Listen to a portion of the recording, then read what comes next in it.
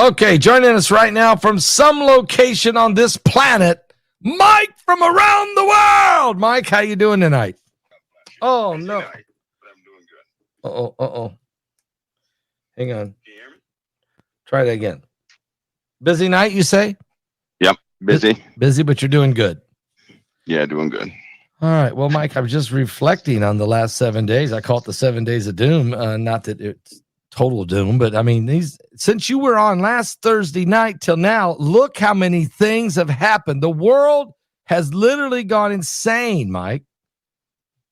Yeah, it has. Start with that hurricane. That hurricane was horrible, and as you can see, the devastation. Did you it stuck to the East Coast? Remember I talked about those high pressure systems that would not let that storm go inward. When we have another one, we have another high, and it could because we have two other hurricanes that could form, and there's a chance this high pressure system may just obliterate that storm. It may just suck all the energy out of it. But either way, the damage was incredible. It went up the East Coast, Pastor Paul, and I don't believe they're reporting. They're not reporting everything. They can't do that. But it's some pretty bad damage. Mike, here's I'm getting emails. We know that right now the reports are, at least about before I came on the air, 215 people are dead. But that's a lot more. There's a lot more, because we're getting some feedback from people who are up in that area, who, of course, they haven't had power for a week, but some of them are finally getting they're getting some satellite phones. We're getting some feedback that they're saying that there's bodies everywhere, that there could be 1,000 people dead. Is that possible? I have two nieces in Asheville, right? Okay. And of course, Asheville has a history of flooding. And in fact, in one of their municipal declarations, they have special coverage for floods, and they have instructions for floods, for after flood and before flood happenings. I tried to convince my two nieces to get out of there. It is a quaint little place, but it's the topology is all wrong, right? And but they got stuck there. Now Asheville right now is cut off in several different places. BlackRock lost huge investments in their Ishar operation because Black Mountain may not recover. It's going to take many years for that to recover from this storm. But the city was essentially cut off at 2 points. And the roads were impassable. The trees swept a lot of people away. A lot of people drowned. A lot of people drowned. There are folks who can smell dead bodies, that stench of dead bodies. You can smell that. But I don't think the news is covering everything right. That's just Asheville. The rest of North Carolina, going up near Charlotte, going up into the Virginias and West Virginia, of all places. Do you know they lost just about all power? All power was lost just about in West Virginia. And the governor of West Virginia did not declare a national emergency because he had no feedback. He had no feedback whatsoever. So the death toll is coming back now from West Virginia, North Carolina. And I believe that, if I'm not mistaken, I guess 40% of West Virginia has recovered power, but the grid is damaged. It's badly damaged. So they have 17 different states going in to help out. From West Virginia all the way down to North Carolina. The major death toll, the obvious death toll came from Asheville. Right? Yes. There could literally be, just in Asheville alone, 800 people could be gone. Whoa. Just in Asheville. Yeah. Just in Asheville. And supplies. Now, they're doing their best to get those supplies in there. They have a couple of target locations where they dropped off supplies. Several military craft dropped off a lot of supplies. The problem is you have a big group of people that can get supplies, but the larger group that live out in these remote places, you have to get those supplies by foot. You can't even there are no roads left to get to those people, and they're running out of time. Some people are still stuck in the mud, right? They can hear people screaming. They're trying to hunt for folks. It's just a absolute disaster. right? And one of the disheartening parts of me is when any city in the U.S. goes through something like that, when you do an immediate assessment, right, as far as the government's concerned. And I hate to be critical, but when you see, when it's obvious the city goes through something like that, you suspend all external operations, and you do what you can do for the people. That's what the federal government is for. Right. To assist in those areas where, local governments can't do anything. They don't have the resources. No. So that's a lot of people personally, a lot of personal people with their, there were some people that went up with their own helicopters that went to, help people out. I had eyes on that situation. It's an incredible situation. It really is. Terrible, by way of being terrible. Mike, now terrible I'm situation. getting reports also that people are being turned away now. I mean, what I mean by is help. Folks are driving in with pickup trucks and trailers with food and supplies and water and medical help, and they're being turned away. You have two. There are two civilian companies, right? And they're ex firemen, ex military, ex pilots, and they're helping out everybody. But what was happening is people were trying to come in and help, and they themselves go missing, right? They were getting in trouble and going missing. And so they had this company was working with the government there and told them we can't allow these people in there because we can't account for them. People are going missing left and right. There's still some vulnerable spots in there where people are being lost. So it's a bad situation, and it requires lots of oversight, and there are a few private companies in there that help in natural disasters that are doing their best. But the problem again is there are areas there, if you get a vehicle in certain areas, the floodwaters are still up. You could, that person can be lost. Right. And so, that would be bad. So it's essentially, it's 4 quadrants, and that's it's cut off in 4 quadrants, right? I spent about 4 hours there, maybe about 4 hours there, and it's just not a good situation. So you've spent about 4 hours there since this catastrophe. Yes. So are you involved? So I take it you're probably part of the total assessment of the situation. Am I correct? Well, I went there to get some eyes on, and I'll subjected some opinions and guidance, but press ball is one of those situations where they're going to need a little more than the average group to come in and do anything, because you have people who have zero supplies. You have communities that are being looked over. Nobody's gotten to them. There are actual grid spots on the map where nobody's gotten to that been there area. yet. They're still on their own. They're still on their own. Right, and that's a problem. When you're in a disaster, time is everything. You can't leave people there in that type of disaster for any amount of time. So, but it was hard to tell who was in charge. It was hard to tell who was doing what. There was a loss of communication as far as supplies were concerned. They had the supplies on the ground that were still on the pallets, going nowhere. That's a no-go, right? They did have it was a long line of people. People waited 3, 4, 5 hours just to get water, oxygen, food, things of that nature. But those were the lucky ones. There are people in other regions that nothing has gotten there yet, right? Because they didn't figure out, all they had to do was an airdrop in those places. That's all they had to do. So it's our emergency response in this country, you'd think we'd have it down pat by now. We do not. We don't.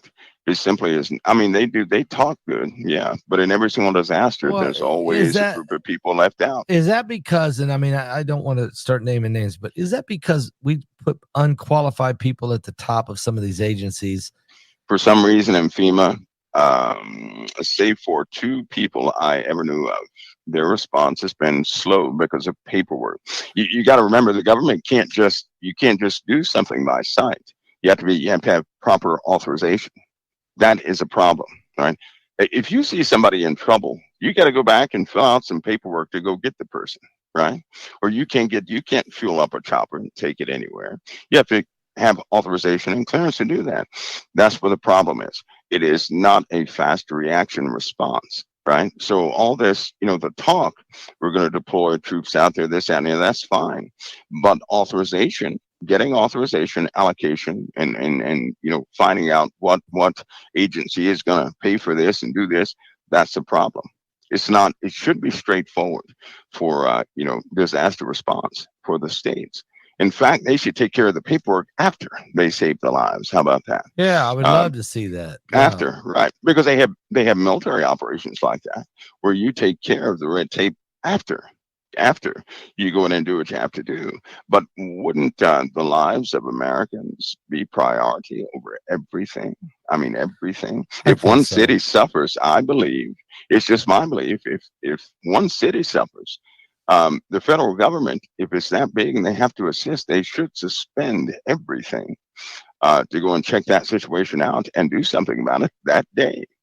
I mean, because time is everything. Okay, let's talk about this. From the military standpoint, you have what's called the rules of engagement. Pre-orders are already done. In case of this situation, you do this. You don't have to go back and fill out a form or ask anybody. Rules of engagement, right? Am I correct? Yes. The same thing. The same mentality should be involved in a FEMA response or anyone else. There should be immediate what's called rules of engagement. If a storm hits, power goes out, instantly the orders are already done. You already know who goes, who's bringing what, where we got to go. I don't think that mentality is in position in some of these government agencies. Could I be wrong on that, Mike? Well, no, you're right. And the only people that do have standing orders would be Coast Guard, right? Certain National Guard elements, but they're it takes time to call back those National Guard elements, right? Because that's, those people who serve 50% of it or 25% of the time, and they're out doing their own life, the other percent. So you have to call those people back. The Coast Guard, they simply don't have enough. They don't have enough. And so, but I'll tell you something. If a national riot took place, NORTHCOM has instant authorization to lock down this country. Okay. How about that? In other words, they have authorization right now to diffuse things, but they don't have authorization to save a life. That's a big problem. Okay, so what I'm hearing you say, and this is the thing that I think a lot of Americans are picking up on, is the rules of engagement is involved if it comes to preserving the power of the ruling class. There's rules of engagement for protecting the power of the guys in power, okay? But when it comes to protecting the devastation from these situations, there is no rules of engagement. It just, we'll do the best we can kind of thing. And if we get there, we'll get there when we get there. I mean, that we got to change that mentality. I think we do. Don't you think? The same thing with technology. Do you know when Asheville, when it first happened, do you know what the governor and everybody else said? Oh, it's not too bad. Oh my God. They had no idea how bad that situation was. They had no idea. People were they were doing the social media live. When the cell phones went down, all communication was lost. Nobody knew about anything, but the people saw these live Facebook feeds, and they were calling everybody. If not for Facebook this time, right? Yeah. Nobody would have known the extent of the damage. That's a fact. Social media, because they had people combing social media, and the folks who saw these people started calling agencies, right? And they made them pay attention. That's horrible. That it has to be there. We can see a gnat's butt from up in the atmosphere, but we can't tell the city. People are in distress in the water. One lady was in the water for 5 hours. In flood water. What? 5 hours. And she began to pray, and she said, the Lord said to let loose of the tree. I'm in the water. I'm going to carry you to safety. And so she was stuck in the roots in the tree. She let loose. And she finally ended up in a very safe place. She was rescued. But others weren't so fortunate. They were washed away with the water. Do you know what? I'll tell you something. Those people pray down there a lot. I'll tell you that much. Amen. Well, that's God's country down there. Okay, that's God. Yeah. That's the Bible Belt. That's Billy Graham country. Here's a question: you have to know the American people how they feel. They've watched 10 million illegals come across the border. They've seen them be put in hotels all across America, given debit cards, free access to health care, and everything else. Good, yes. And then, but when they're in as a disaster, nobody can get to nobody. Right. Right. It's not feeling. That don't feel good. Does that feel good to you, Mike? Well, Pastor, if I'm a Christian now, so I don't go there anymore. But I'll tell you something: when you are young and you're trying to establish yourself in this country, right, this great country, and then you find out that a foreigner can come in and get paid to start a business, and get and have free room and board, and they don't have to pay taxes, and they get grants for everything they have in that store. That's disheartening. A kid coming out of college trying to get established, they come out with debt, but you find out that all foreigners, they're getting grants to come to this country to set up businesses, free education. And they're finding them houses, nice houses. Yeah, they automatically have cars, trucks, everything they need. But an American who's born in this country, who gets educated in this country, you can't do that. You cannot go out and get a grant for a business. They're going to put you through so many ringers. It's not funny. And then somehow they're going to find a way to say, well, you don't have enough experience. You're not qualified. You have to do this first. But a foreigner, they will contact them overseas and say, hey, come here, set up your shop here. The whole thing is indifferent. Well, so the question is, why is that going on? I mean, what's the plan here? Is there a plan to is this a hijacking of America? It's been taking place for a long time, right? Yeah, it has. And listen, Satan is methodical. Satan has been around for a long time.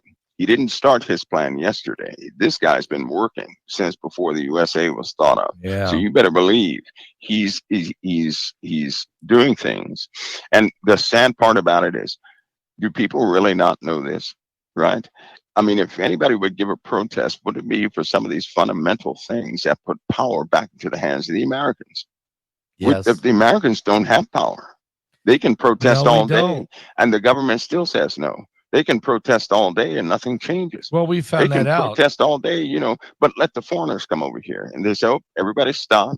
National Guard comes out, protects them, and they send the Americans home and start appeasing, throwing out the 10 Commandments because we have foreigners here that are Islamic, throwing out the pictures of Jesus Christ in the schools because it offends the foreigners. Now, if you come to this country, you assimilate or go back home. Thank you. That means you adopt what's here. You don't change what's here. You adopt what's here. Amen. And because that did not take place, this is a melting pot by way of biology, not ideology. Sorry, it didn't work that way. And so now look where we are.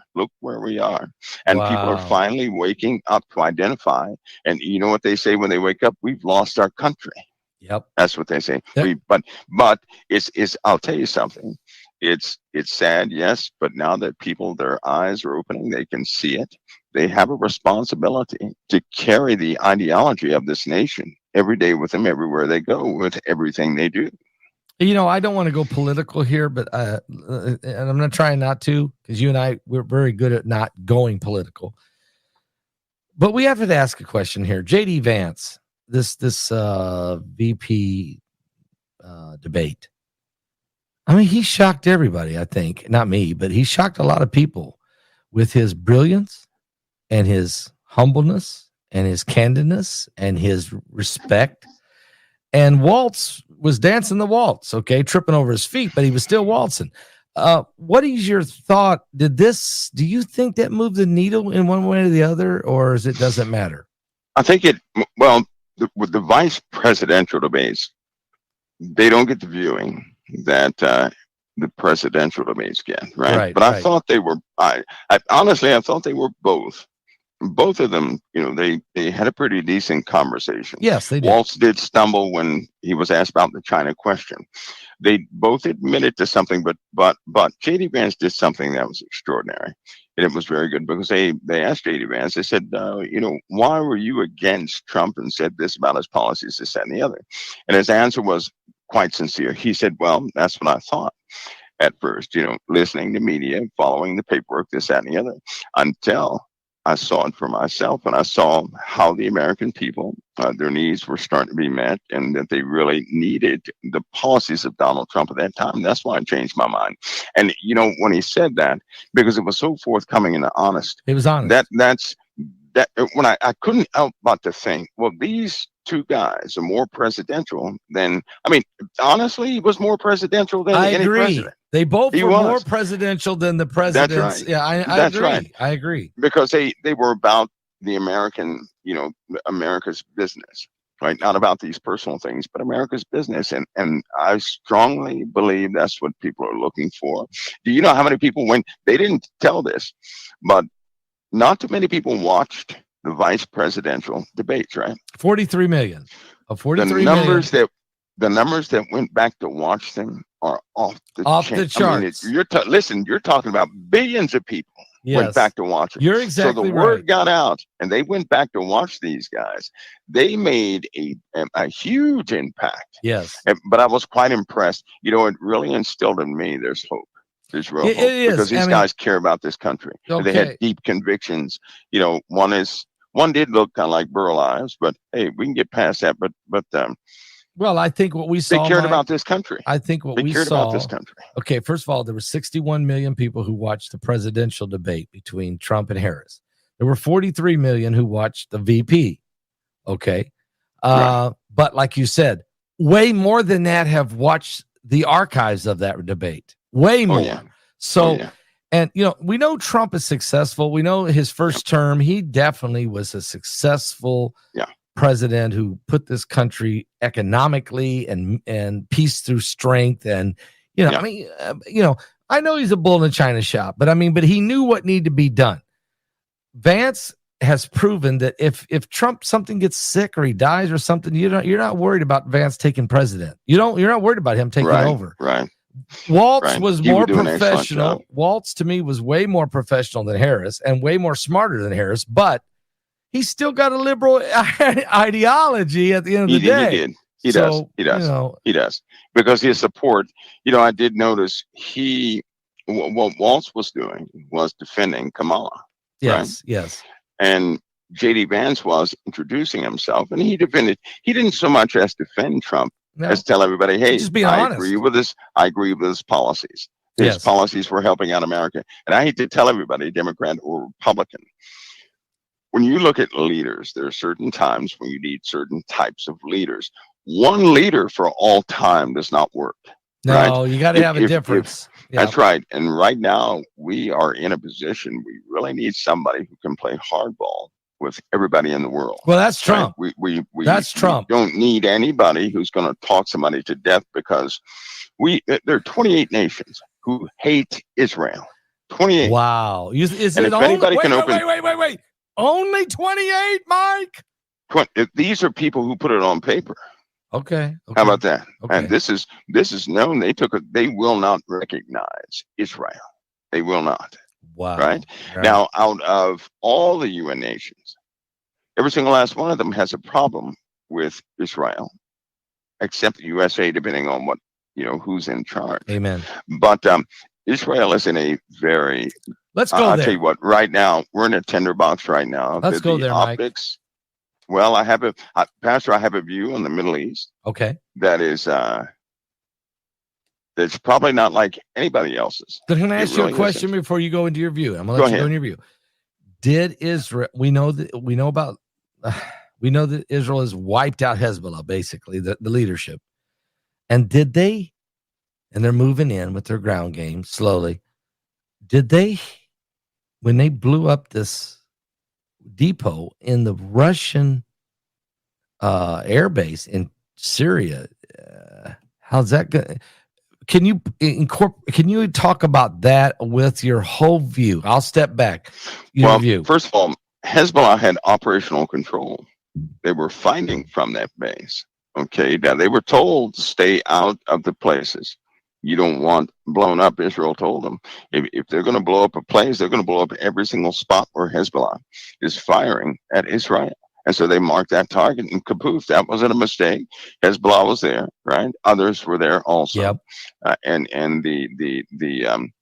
Israel, by way of their intelligence, they know the true story of what's happening, because Hezbollah is not one nation. Hezbollah is more like 58 different nations. 58 different nations fighting against Israel. And so the story, the optics of what's happening, it looks one way. but it's in fact a different way. But it's also very dangerous, right? For example, Israel has no choice. They have to defend themselves. Amen. They have to knock out the threats around them. Amen. But so let me give you this. Let me give everybody this cautional view. I see. Everybody already knows how if Israel overreaches in the eyes of the Middle East just an inch, they turn on Israel like a rabid dog. Everybody knows that. You're right. Yes. There's about to be a joint operation against Iran. Right? Okay. It's going to be a joint operation because somebody's going to have to monitor how much is going to be dished out. Let's put it that way, right? But when Israel strikes Iran, and they will, when they get back at Iran, we already know. I can tell you what's going to happen. The entire world is going to perceive it as overreach. Period. Why do I say this? Because Israel has outgunned Iran. Iran launched many missiles at Israel, and the USA and Israel just about got all of them. Yes. So it was nobody died from that. Yes. So now in the world's eye, they're saying, okay, Iran is minimal in regards to Israel.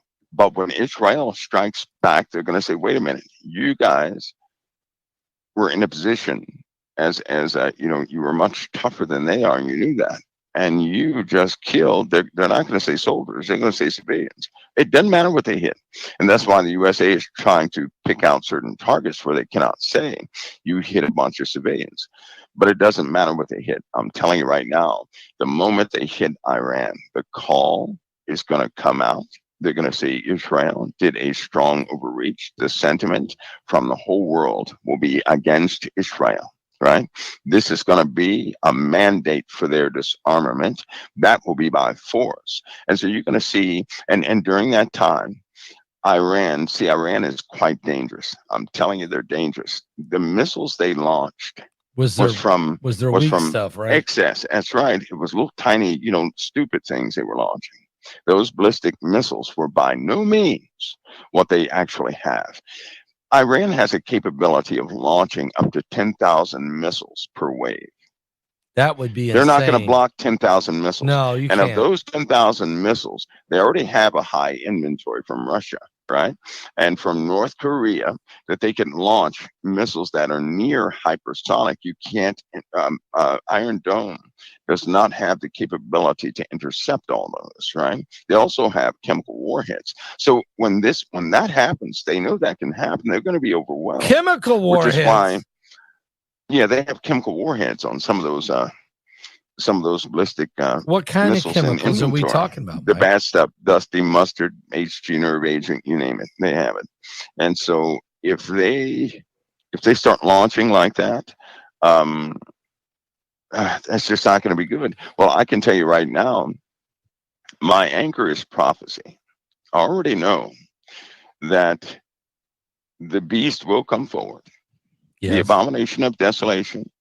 That 3.5 years occupation is going to be there. Yep. Right. Yep. So, and that's going to be right there in Jerusalem. So that means an armed coalition, multiple armies are going to go and take Israel. We already know it's going to be carnage. It's going to be exile and everything else. Half the city will go under. That's right. And if Benjamin Netanyahu, right, and he's doing what he has to do for his nation. Right. It's just one of those moments. I just know what the world's going to do in return. They're going to overreach, hit Iran, and that could hasten this entire event, right? Because if he does that to Iran, I'm telling you right now, Russia has no choice but to react. Russia is dependent on Iran. Russia is. Iran has trillions of dollars, right, from their oil and deals with science, oil, and petroleum, and trillions of dollars. A bad story will come out with BP in Iran, some things that the world didn't quite know about. So they are BP, Iran is like are you talking about BP, underground bank. BP oil? BP oil. Okay. Yeah. So it's like they're like an underground bank. That's why somebody has to just realize, why has no one gone in and really hush these guys up because they can't. Okay, so let's go. Do that. So you're saying the reason Iran, when they fired 181 ballistic missiles, that was their weak stuff. Because if they had come back and really hit Israel with 5,000 intercontinental ballistic, and then they would be the bad guys. All right. That's right. So they fire what they had to do. They kick back and wait. Israel's going to smack them. We know Israel's going to hit them. And I think it's October 7th, but I don't know. Let's say, and Israel hits them, and no matter what Israel hits them with, they're going to get blamed for being too aggressive, too strong, too this and that. And the world will start to surround Iran against Israel again, right? Yep. And Iran will be setting back. You're saying they're sandbagging. They have actually better capabilities. Yes, and then now they'll have the blessing of the world to throw some of that at Israel. Yes, they're very good at crying wolf. They're very good at crying mercy. I got you. Because they did say they wrote a statement saying Israel ought to exercise mercy. How do you say that after you just hit them with a bunch of missiles? Because they're Iran and the Ayatollah. Can I ask you? Do you think they're going to try? Do you think Israel's going to try to assassinate or destroy the Ayatollah Ali Khamenei? Do you believe if they wanted to? If they wanted to, be dead right now. Right now, this moment, they can do it. They don't have to try. If they wanted to, they could do it right now. Israel has a capability. So they're waiting. They're waiting for the right moment. They're waiting for the right moment. Plus, you have wild cards. You also have Bahrain. You also have Jordan and Saudi Arabia, right? Okay. Saudi Arabia is in the middle. They're in an area that could easily get wiped out with a confrontation between Israel and Iran. They're in a very vulnerable, known as a, not fallout as in radioactive fallout, but fallout as far as, imbalanced projectiles, things of that nature always go right in Saudi Arabia. And they're in a very vulnerable position. So they're having talks with Iran. But I'll tell you something, the USA and Israel are coordinating. They will have some sort of coordinated attack. But I suspect Israel is going to act quickly. Right? When they make preparations, they don't stall between their preparations. So today's the 3rd. So we all know October 7th is a big day. And I'm hearing that there's chatter out there. We're getting information from some folks that are on the, on some of the agencies. I know you got great intel, so you could confirm or deny that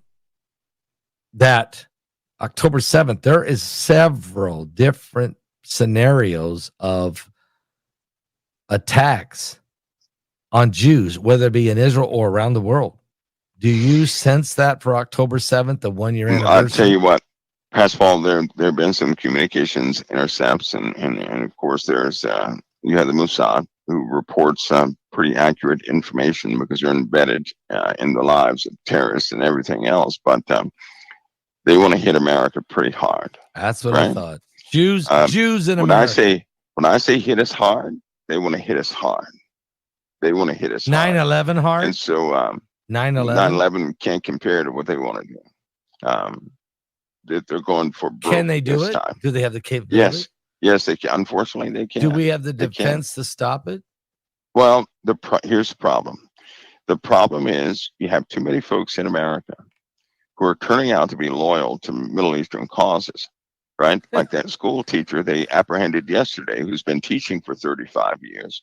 And they just so happened to, one of the kids saw something on a cell phone. The kid reported that. And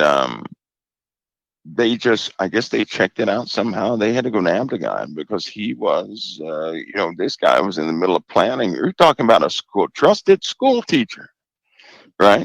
That was doing this. And so what you have are people over here in America who look like Americans. They talk like Americans, but they're not American at heart. They have for some reason, they're forming sympathies towards the Middle East, right? Yeah. And you have a lot of people who are desperate here in this country also because drugs are a problem, period. Now, this is an angle most people don't think about. You have a lot of folks on methamphetamines. Yes. You just do. You have a lot of people on cocaine. These individuals would do anything for money.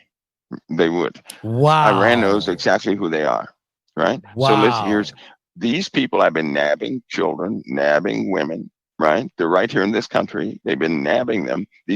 Some of these people are also pretty smart, but they're on methamphetamines. So they need that constant supply of money.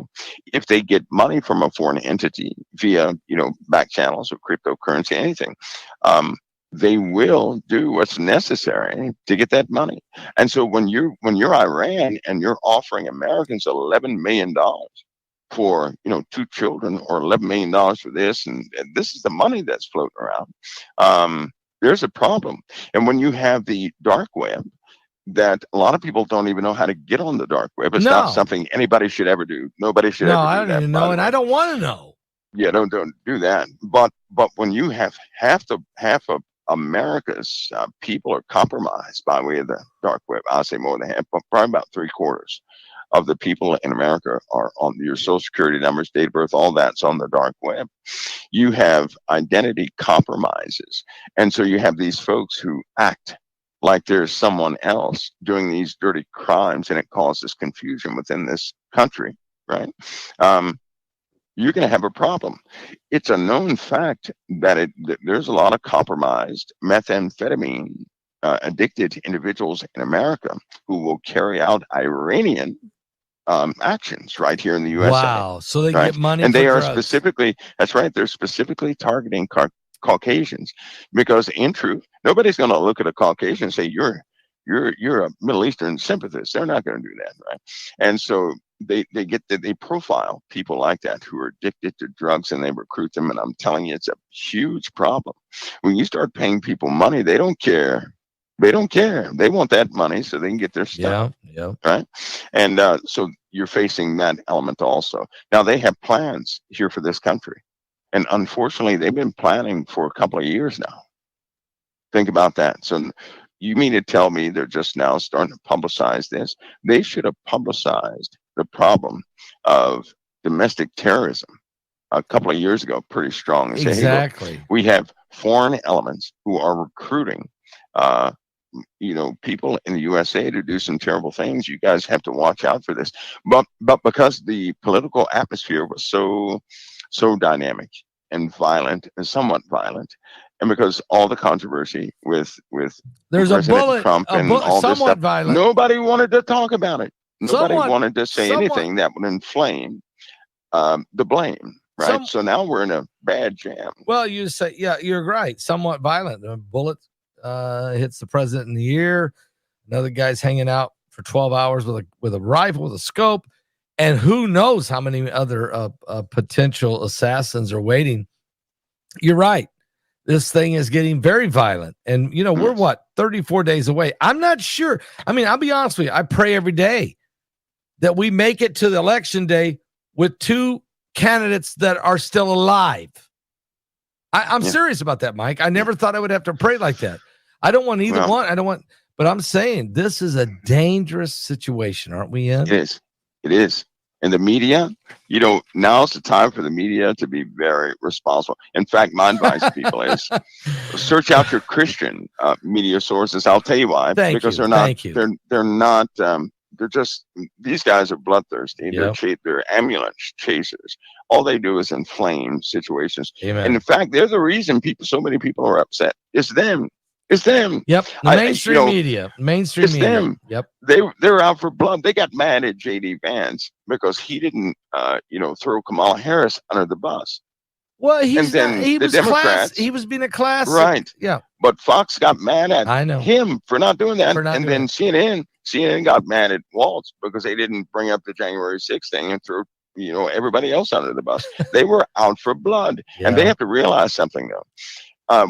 This country is not going to go forward like we are, right? Nope. So I have an actual prediction.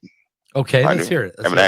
Now, today is October 3rd. Right. We're in Rosh Hashanah. We're in the Feast of Trumpets. I'm sure everybody knows about they knew about the X-Class 7.1 that had all those little M-Class flares that led up to this X-Class 9.0. Yep. Right. Now there's a that was in the direct strike zone. Number one, there's a intensive magnetic field line forming right now.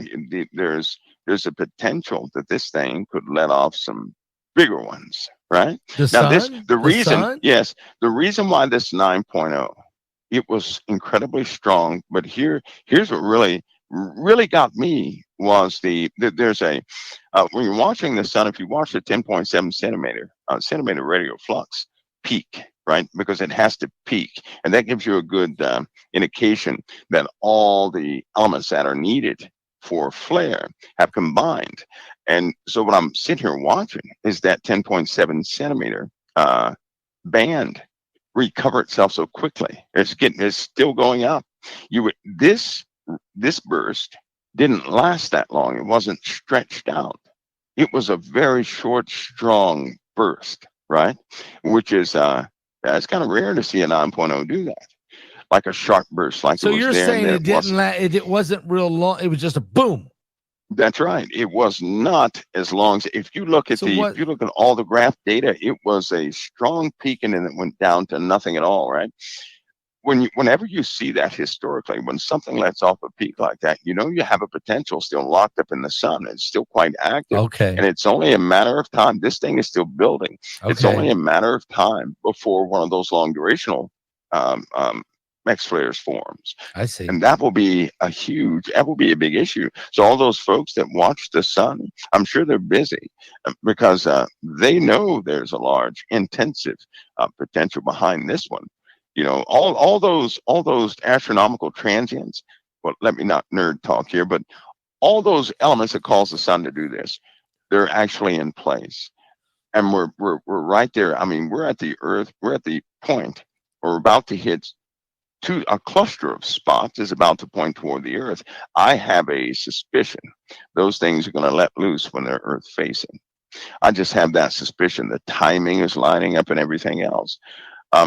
Not to mention the West Coast is shaking apart. What? What do you mean the West Coast is shaking apart?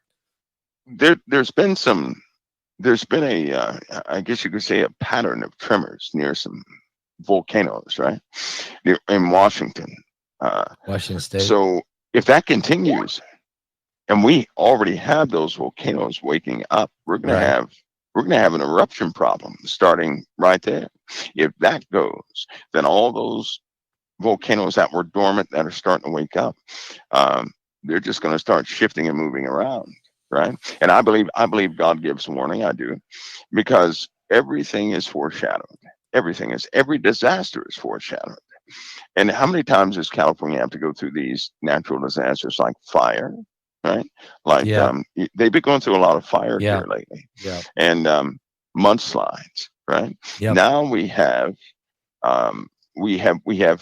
those volcanoes around or near and around Mount St. Helens start to have a little activity, and with these solar flares, they're just going to increase the chance of that happening, right? So we're going to have some geological issues that we're really going to have to face. This storm, I hope it woke some people up. I hope it humbled some people, but most of all, I hope it shows that the USA is not ready to handle a disaster on a multi-state scale. No, we're not. We're just not ready. This storm just knocked out the power and dumped water everywhere, and we lost it. We've lost people. We're not prepared for it, right?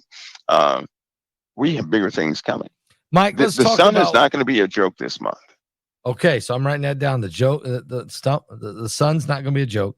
No, All it right, isn't. now, Mike, also, we picked up a second moon, and you said, I remember you saying, hey, that's just a sign of what else is coming. Yeah, it's an indicator. Can you talk about that a little bit? I mean, because people are worried about that. Think about something. The first of all, who knew about this as far as civilians are? Who knew about this, 4, 5, 6 months before it happened? I didn't. Yeah, but know. nobody else. My point was they don't give the civilians didn't know. No, right? No, they did not. Now you have to know a little bit to say something is going to orbit around the Earth. You have to know some. Yeah, you have to know some. You have to have some data to do that. You just can't look at something and say, "Oh, that one's going to orbit. We're going to, our gravity's going to capture that." You got to have some serious data to know that, right? Right. So that means they knew trajectory, they knew positioning, they knew all this for quite some time until they, finally let it out. Hey, we're going to have this. So that means if they knew this was going to orbit, here's my question to everybody else. What in that same vicinity have they been watching that would alert them to this little thing? That's why I said it was an indicator. It's not traveling by itself. It's traveling almost on a conveyor. So there's some things behind it that are going to take the exact same track, the exact same direct. They're going to follow that exact same highway that this thing took, and they're headed to us. Right? Okay, is this? Remember, you've said that 2025 is going to be. Is this coming year 2025 going to be the year that we're going to see more and more and more of these rocks? And yeah, we will. We're going to see more than we want to see. And we're going to see more than we want to see, because now we're getting into a point. I tell you, Pastor Paul, people are going to get beyond the point of getting, beyond the point of finding things, saying, "Hey, that's interesting." They're going to be asking, "How do I survive this? How do I survive this? How do I survive?" That's what they'll be asking. Yeah, kind of like this storm. This storm caught everybody by surprise, and when it hit, it was too late. Right? Yeah, they're going to do the same thing with the celestial problems. They're going to say, "How do we survive this impact? How do we survive that impact?" Right? They're going to be saying that. And all the while, we're going to see the Middle East consumed. I mean, absolutely consumed. In war. Yes, there are bad plans on the table right now, Mike, that are just not going to work well. Did Russia get smacked today a little bit? Are they going to react? Are they going to lay low? This was a Russian air base that had gotten, there was a plane from Iran that landed 1 hour before Israel went in and blew everything up over there on those weapon depots. Hey, we know Russia, and you've said it a million times. Russia and Iran are hooked. They're at the belt, at the hip. So is Russia going to just kind of back off and they kind of ignore this, or do you think they're going to wait? They're going to wait for the retaliation of Israel first. They're going to wait. And that's why you see the USA, right? Now, they sent supplies to the Ukraine, right? Who, the U.S.? They approved supplies to the Ukraine. $175 billion worth of supplies. Who did that? That was the USA. But they didn't supply. But they didn't approve $175 billion for North Carolina. No. Okay. No, they did. They immediately, I'll tell you why they did that so quickly. You ready? Okay, I'm listening. Because they know what they're about to do, and they need to have the Ukraine completely armed, ready to kind of put a chain around Russia's neck while they handle things in the Middle East. But I'm telling you right now, it's not going to work out that way. They're going to attempt to stall Putin, or to kind of chamber him where he cannot directly interfere with Middle Eastern operations. Wow. The USA is going to be involved. There's an operation coming up, and it will be it's supposed to be a swift operation, but we know how that goes. An operation is coming. It's going to cause some problems. Is it U.S. led operation or U.S./Israel? Okay, this is a joint operation. Will the world know this is U.S.? Yes. Yeah, they're going to know it, because Israel, in their retaliation, the U.S. there's U.S. component to that. So right? Are you talking now? You're saying the Israeli retaliation on Iran is going to be basically U.S. Israel retaliation. Yep. Okay. Yeah. Oh yeah. Does Biden know about that, or is it just the generals running that? Yeah, no, he knows about it. Okay. Yeah, he knows about it. He's one that's he knows about it. He's signing off on it. He's going to sign off. I tell you what, it's something funny. Is that what we have to do to a president to get them to be presidential? Is to take away the microphone, take away the cameras and the optics and everything else, and then they become presidential? Because he's been doing things for America and Israel ever since they took the cameras and the microphone and everything else away. Well, he doesn't have to worry about. He's not going to get to be president after January 20th of next year. So he's saying, okay. No, he's done for. He's saying, okay, what do you guys want to do? Long as you don't indict Hunter and the Biden family for the $20 million they've got. They forget that. Okay, so what do you guys want me to do? I'll sign anything you want me to. Is that what's happening? Well, he's. I guess the cameras corrupt people, Pastor Paul. I guess it's a little more than cameras. It's a little more cameras. He's not in high optics, right? So he's like throwing the back room again. He's just throwing the back room again. Okay.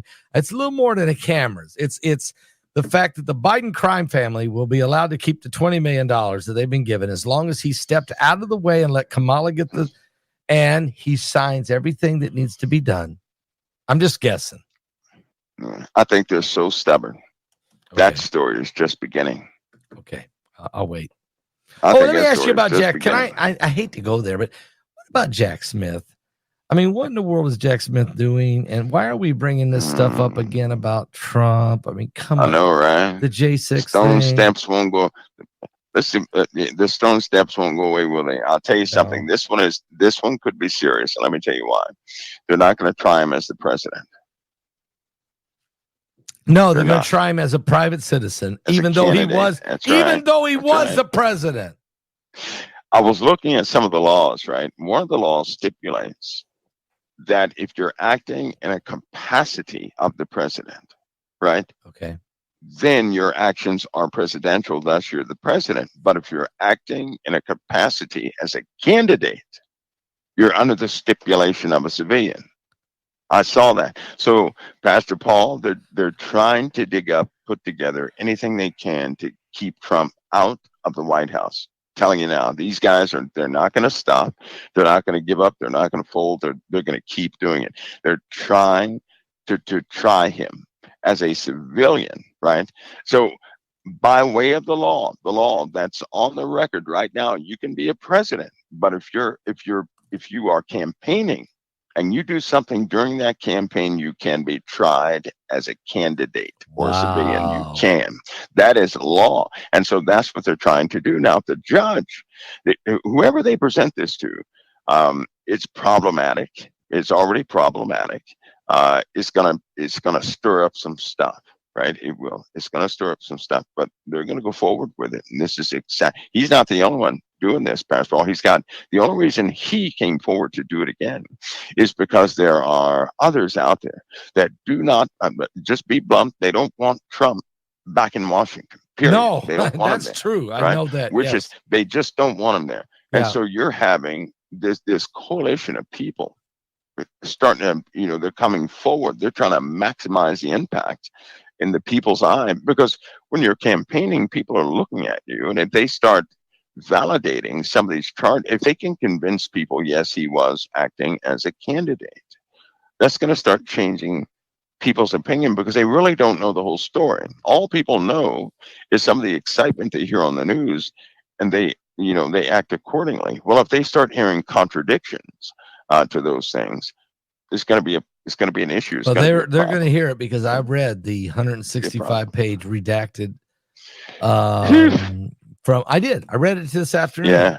I was bored. I was pretty bored to read that, right? But I read it, and it was basically a lot of stuff was said, and but nobody was quoted. A lot of redacted people. So I don't know who said what. And so I'm wondering, okay, some of this might be, make sense, but some of it, I would like to know who said that. Well, see, that there it is right there, because some of the evidence, some of what they're going to present, if a person, if they don't put a name to it right away, and I know they're going to say, did he say that? Who said it? Right. Without, they're going to say, what in the world? Because don't like one of the direct statements that was made that insinuated, go and start this trouble here, sounded like a response from, they try to make it sound like a response directly from Trump. Yeah. But that's part of the problematic part. They're holding stuff back. We got to face it to President Trump. He speaks his mind. He did. He does. He said some stuff. There's no doubt he said some stuff. I believe that's causing him problems, because just because but here's the other thing. You ready for this? Yep. You ready for this? I'm ready. If they were smart. Now, they just said that President Trump speaks about policies he cannot implement, because he speaks all the time about things he never does. Now, see, they should keep that phrase and take it back to some of that evidence, and there you are, because he does speak, because it establishes that he speaks his mind in an unfiltered way. That's true. Thus, his speech, when a person is like that, by law, you cannot connect speech to the actions of a person if they show a pattern of always speaking and not acting. You cannot by law connect the two. I see. I right? see. I So if see. they were smart, they would, instead of being offended by some of these insinuations, they would keep it and utilize it. But I tell you what, if people would not be offended, my goodness, everything would turn around. But Amen. offense can make you, see things in a very strange way. But there you are. All right, Mike. Now that's my 2 cents. These 7 days have been. I call it the 7 days of doom because we had so much stuff that happened in these last 7 days. I'd never seen 7 days like this. A 6.8 earthquake in Tonga. Maybe the earthquakes, maybe the solar flares had something to do with that. We had the Ring of Fire. Nobody talks about. A guy was standing in Easter Island and saw the Ring of Fire. Then as the sun was coming up, he saw Comet Atlas with his own eyes. I mean, we got all kinds of stuff. You're concerned about this next hurricane. You're concerned about this next hurricane that's coming. What looks like another scenario setting up in the Gulf of Mexico. What's your thoughts? If we have that, if that high pressure system, right, that's coming in right now, ironically, if it stays, there's not going to be a development of a large hurricane. It will dissipate. It'll dissipate it before it ever gets a chance. Oh, that's good. If those high pressure systems leave, though, Pastor Paul, that's because a problem. High pressure systems are not. They do strange things, right? Right. So if they leave, we have too many other low systems, right? Can I ask a question? Okay, I'm with you. Really cause some problems. Low pressure is not good. Let's pray that don't happen. But I'm with you. We got to pray. Let me ask you about the UN. I know we're almost out of time, but the United Nations was a joke. But let me ask you, because they are this pack, this UN pack thing, this global pack. I forgot the name of it now. Where all the whole world agreed to give up their sovereignty if needed. What in the world happened there? Oh, that's not new. It's not new. Okay. It's just it's more like it's just confirmation.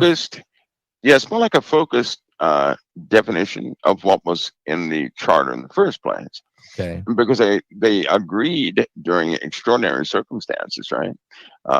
That they could actually do that. Now, you and I both know by biblical anchor what the real deal is, because I can't help but to think of Revelation, right? Okay. In Revelation 17, it says the 10 kings who have received no kingdom as of yet will 1 hour with the beast and give their power over to the beast, right? Yes. Because it says God put it in their hearts to give their power over to the beast. So that's so somebody can sit in the background and by proxy take over a nation and then hand their power over to one entity. If things are being set up like that, AI, which has been deployed now, it's highly deployed now, it looks like it's going full implementation in a very short time. It's one of the reasons for the strikes on these docks. AI is because they propose automation to take over the majority of the jobs on these docks. Yeah. They had findings there too, because we discussed that on this show.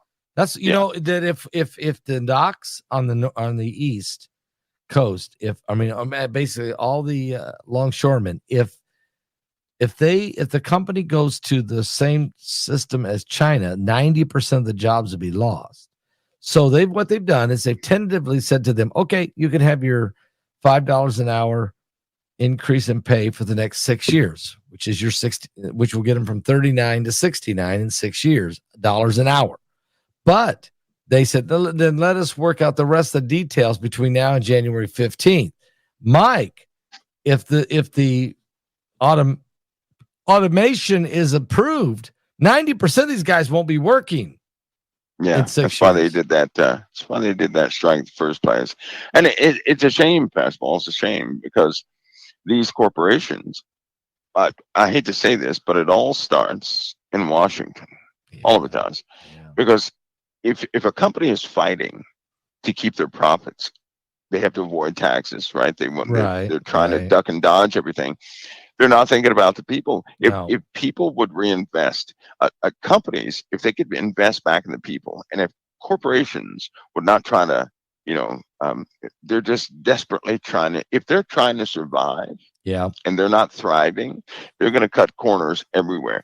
But sure. if they're surviving and doing well, right, then that's when they start helping out their employees. That's when the economy is recovers, right? That's when they also, instead of beating down their competition, they lift up their competition.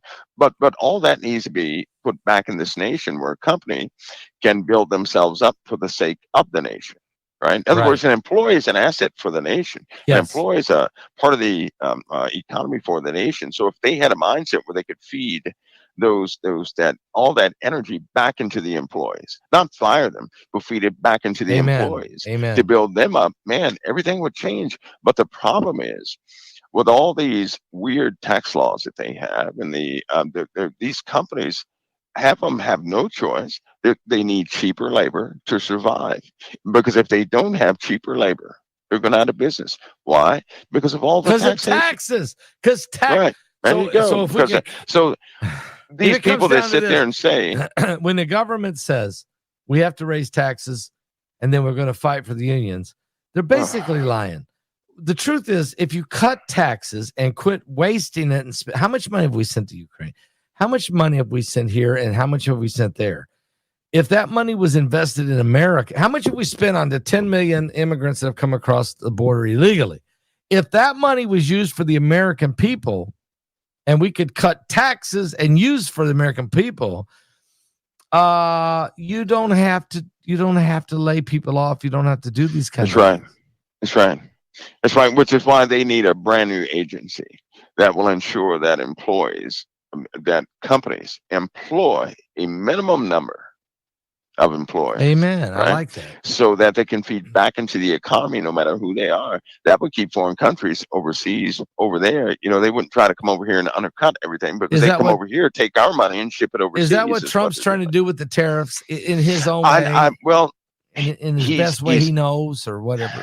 I guess it would be a portion of tackling a piece of that problem, but even the tariffs will not solve the issue of redirecting. It's a Band-Aid. It's a Band-Aid. Because to feed America, to put your heart back into America, is to put your heart back into the employees. The employees have to be, they got to put a smile on those employees' faces. They got to be able to give them a bonus. Yep. And the employees have to be, if the employees are proud of that company for how their stance in this country, everything would change in less than a month if they were to do that. If they were to make sure that they have American employees, right? Yep. A minimum amount. That means, no more of this, no more. You can have automation, fine. Sure. But you're going to have your employees too, right? Yep. Because you got to pay people, actually living people, to continue to feed the economy. That way the entire nation is built up. That's how you build a nation up. Amen. You can't do that by automating everything, and you can't do killing that your by competition just to dodge taxes. You can't do that by automation of everything, or outsourcing everything to other countries at slave labor. They're doing that to avoid taxes. I know. So let's cut taxes. Quit.